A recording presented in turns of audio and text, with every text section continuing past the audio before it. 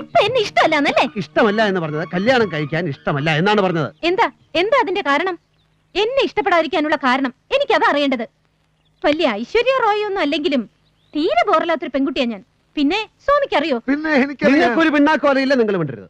7th standard പഠിക്കുമ്പോഴാ എനിക്ക് ആദ്യത്തെ love letter കിട്ടിയത്. പതുക്കെ ഈ പറഞ്ഞത് തന്നെ ഒന്ന് പതുക്കെ പറയൂ. 7th സ്റ്റാൻഡേർഡ് എന്ന് വെച്ചാൽ 12ാം വയസ്സിൽ. പിന്നെ ലൈഫിൽ മൊത്തം 432 ലവ് ലെറ്റേഴ്സ് കിട്ടി.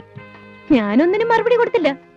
എന്താ അവരുടെ ഒന്നും അഡ്രസ് അറിയില്ലായിരുന്നു? ഓ, എനിക്ക് ദേഷ്യം വരുന്നുണ്ട് കേട്ടോ. എനിക്ക് മറ്റൊരാളെ മാരി ചെയ്യാൻ പറ്റില്ല. പപ്പടേട്ട് എന്നെ മുഴുവൻ കണ്ടല്ലോ. ഓഹോ, അങ്ങനെ ചില ഡെവലപ്മെന്റ്സ് ഉണ്ടായോ?